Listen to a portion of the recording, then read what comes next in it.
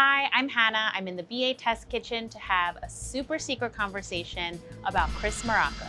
Once again, we're putting Chris's super taster abilities to the test. This is Oysters Rockefeller by Serious Eats. I'm challenging Chris to recreate this dish with all of the ingredients in just one day.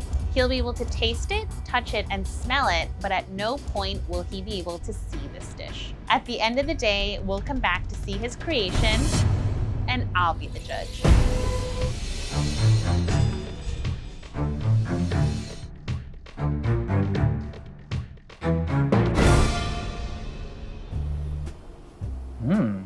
Like almost like a bok choy stir fry, like something kind of chlorophyll-y, but with like a meaty undertone. Is this edible?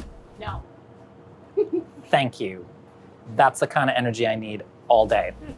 I literally don't know what this is. There's kind of like an almost like a funky fermented seafood product. Oh, I see what's happening. Oh my God. Like a little piece of this broke off, like the crispiest tortilla like you've ever had, you know? And then suddenly it reveals itself to be an oyster shell. Okay, things are starting to make a little bit more sense.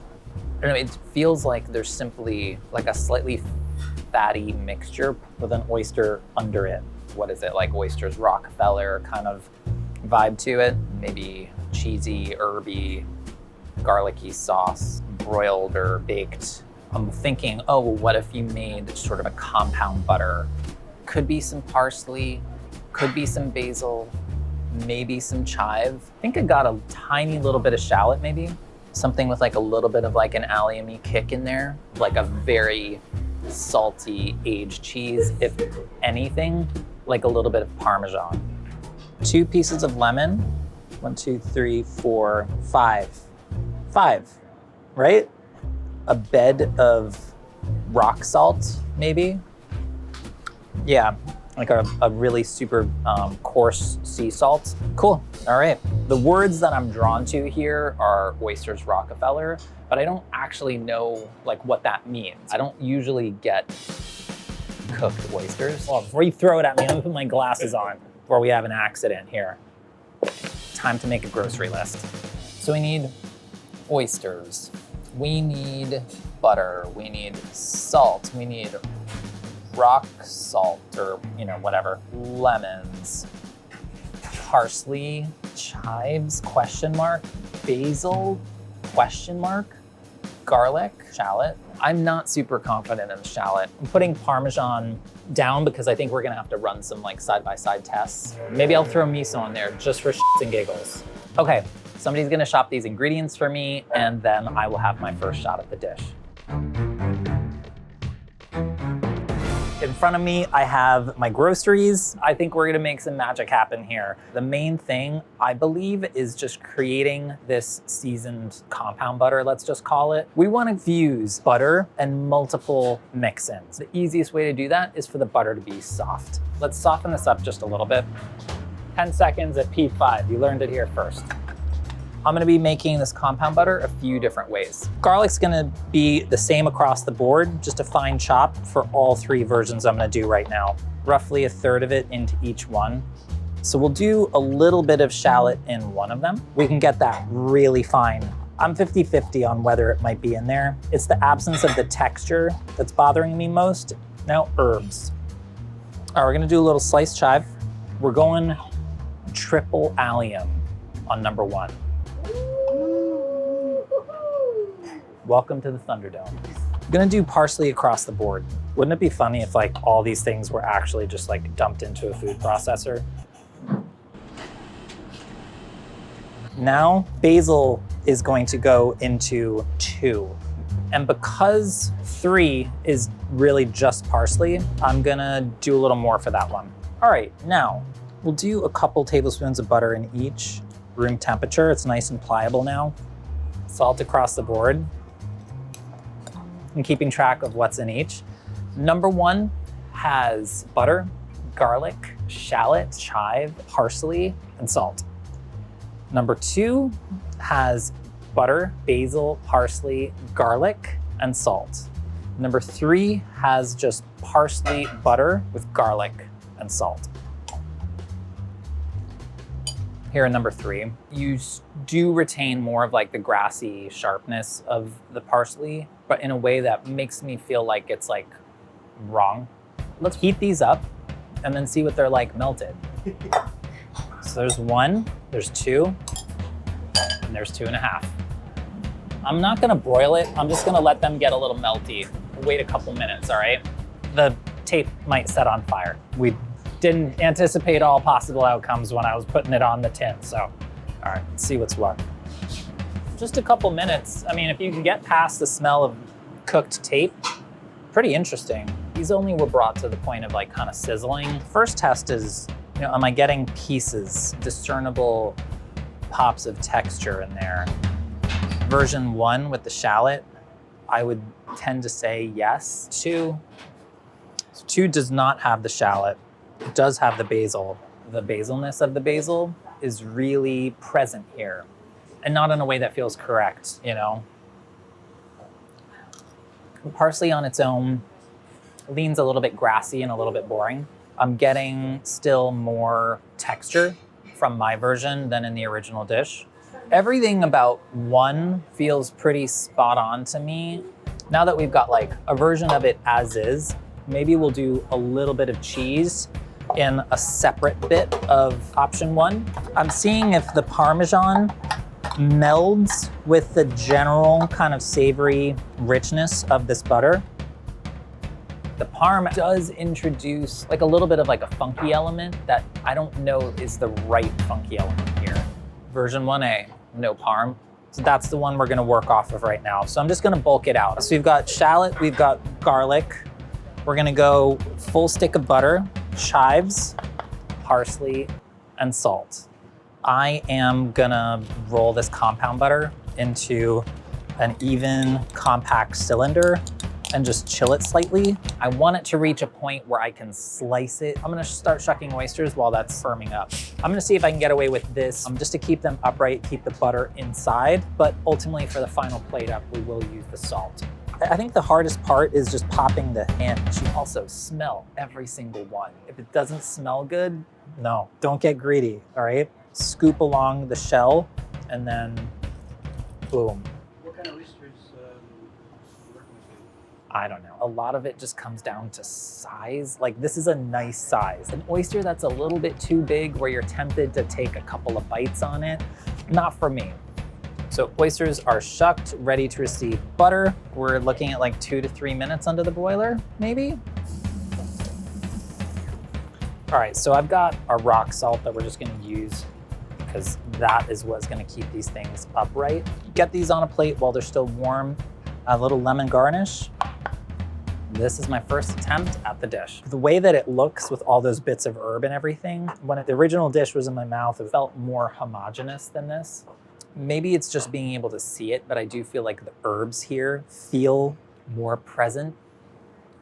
Flavors are nice. The amount of salt in the butter was good.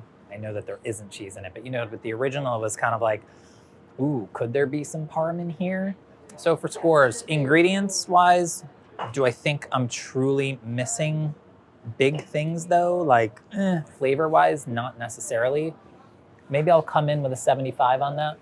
Technique, open the oyster, put the thing on the oyster. Maybe I'll go with like an 80. Appearance, I would hope that I'm somewhere close to a 90 here. Taste, I mean, honestly, I think I'm pretty close here. I mean, maybe like 85. My actual scores are on this paper. Let's see how I really did. Oh. All right, ingredients, my actual is a 61. Technique is a 68.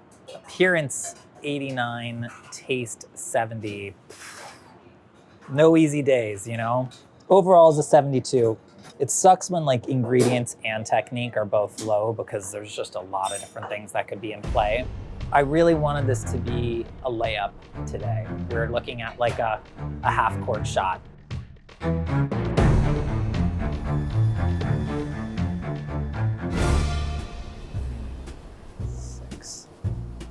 All right, we're going 6 next time. I missed one in there.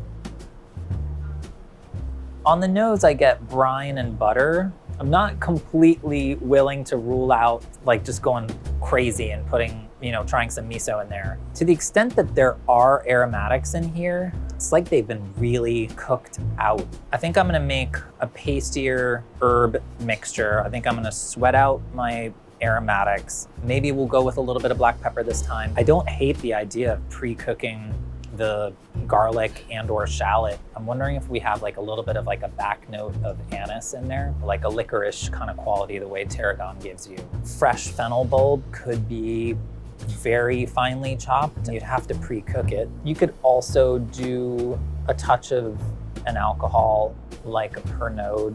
What is Fernando? It's a sort of like Southern French digestive almost, with like a really strong fennel anise kind of quality to it. I think I'm done with this. Let's take the dish away. I'm just gonna map this out back on the notebook. This question of whether or not there's like cheese in there is still kind of killing me, but I feel like I have to just err on the side of like believing that there probably is. So I think we split up our fats, use a little bit of olive oil to cook out some garlic, shallot, and season that. And then there's gonna be an herb mixture over here, whole soft butter, parsley, chives, tarragon, or fennel, question mark, and then also potentially salt and pepper. Over here, with like our butter mixture, parm, I'm less inclined to use a food processor if you are using butter, just because it's just gonna be like a pasty mess. I would consider having the basil back. The Pernod feels like a nuclear option, so I'm inclined to like leave that on the side. Let's just start chopping some stuff. We're gonna go real heavy on these aromatics. Like we're gonna use a lot more now that they're being cooked. I like fennel. I feel like its mere presence can like derail a meal very quickly. So I just wanna like err on the side of chopping it rather fine. I've got a fine chop on the shallot. We're going ever so slightly less fine on the garlic this time, knowing that the cooking process is gonna break it down a little bit more. And I'm just gonna cook it all together, have this going real low on the stove. I could use butter for this, but olive oil just makes a little bit more sense. There's no risk of it browning. I really wanna cook this out. We're gonna keep that on just like a mellow roll and check back on it. We'll do like a medium chop in the herbs, sliced chives, and then we're gonna do parsley next. Got our herbs ready to go. Let's just grate some cheese, I guess. So it's, pretty soft. I just want this to cool down just a little bit before I go putting it into the butter. I don't want the butter to break and melt. Getting some black pepper. Got a food processor. Really going for it. Butter is soft. We'll try working it together here. Cooling down this fennel mixture. I just wanna make sure the butter stays pliable but not melty. Put this whole mixture in there. A little pinch of salt. Consistency is way different. I mean, we've got more of like a green hued paste. Here is my herby butter situation. Next, we've got 6, count them, 6 oysters, not 5. And you have to remember, the oyster is not rooting for you. The oyster wants you to fail. Yeah. Okay, friends. So we're going loose this time. Just gonna rock it like that. Again, just take everything I did before and find a different way to do it. And also change some ingredients and hopefully screw up a little less. And that's the show. All right, in we go. 3 minutes. I mean, it looks okay. There's a little bit more of a stain to the butter itself. So rock salt here. Not for human consumption. A lot of people make that mistake. Yeah. This is my final attempt at the dish. I'm leaning more and more on the idea that this is Oysters Rockefeller. I think I just can't think of what other name to ascribe to this dish. So I'm gonna give myself some scores. Ingredient-wise, we were at my actual 61. Is that true? That's not good. Maybe let's say we're squeaking by with a 70 now. Technique-wise, okay, that's where I'm hey, we made big changes. We gotta go big or go home. I would say maybe I'm at a 75 technique-wise. Appearance, again, let's be bullish. Let's say 92. And taste-wise, I don't know where we're at. We'll figure out taste when Hannah comes over. Are you scared? Oh my God. They don't call her the hammer for nothing, you know? Like, she drops it, and I'm not talking one of those like 16 ounce jobs. I'm talking like 24 ounce framing hammer on your thumb. Ruin your day. Let's go get her. Cristobal. Hammer. Hello. Oh, I mean Hannah, sorry. Oh. This is one of those classic instances where I think I know what the dish is, but I've never made it. I think I might have tasted it one time. Shall we take a gander? Yeah, sure, let's do it. Oysters Rockefeller. A classic. Wow, is it smooth? It is smooth. Huh. It's very green. It's very green. Yours looks very appetizing.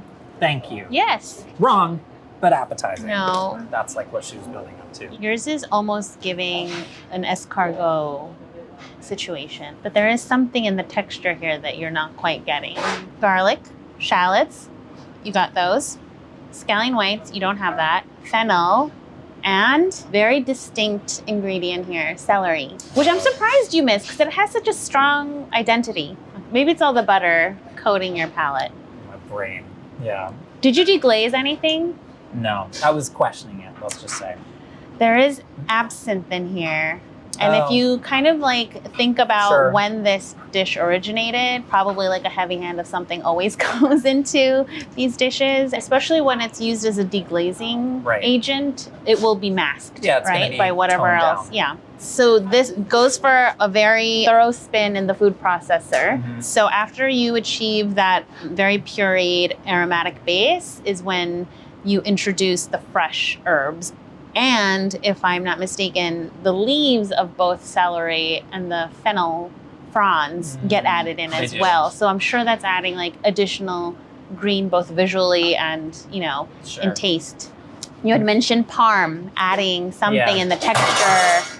May I present to you your friend and mine, Oh, Uncle? Yep.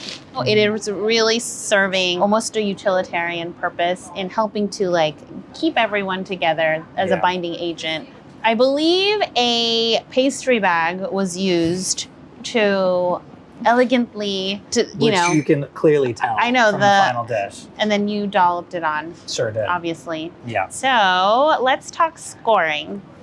And ingredients, you gave yourself a 70. Mm. I think I'll give you a 70 as well. The absinthe and the panko were pretty big misses, in addition to missing celery altogether. For technique, you gave yourself a 75, and I actually gave you a 90. That's very generous of me.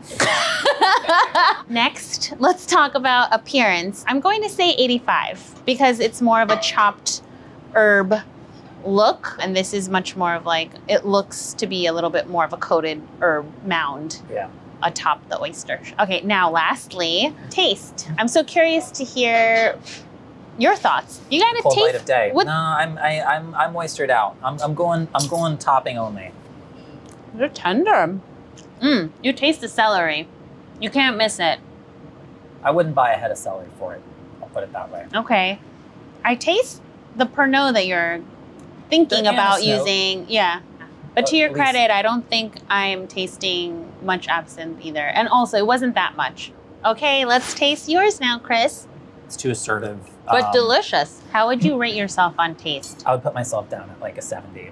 I think it's just Whoa, Yeah. Chris, have some confidence. No, I mean, I was gonna give you an 80. The family of ingredients are the same, but yeah, it's like a little, like first of all, parm, it's cheese. It's something, you're bringing something else to the Yeah. table. yep. And it can quickly be overwhelming. So after all is said and done, your score given by you Mhm. is a 77. How do you feel about that? What I feel best about is how much I changed the technique and how For the better. for the better, right? And how much closer that brought me to the original. My score to you today is a healthy 81. That's yeah. That's like fair. B territory. There's so much fat that you kind of lose sight of what else is going on. Despite that, I think you really have the essence of what this is purporting to be. All right, I can easily live with that. I feel really good about some of the changes we made in between my first take and my second, but not quite enough. You know, made a couple bad calls And it's okay. I would hate for people to think that like the barometer for success with this dish or any kind of like baked bivalve kind of situation is like some of these really specific ingredients. Broad strokes from like a technique standpoint, I was pretty much right there. And that's really gratifying, and she could see that. It's fine. I'm fine. Great. I definitely don't need to talk about it anymore.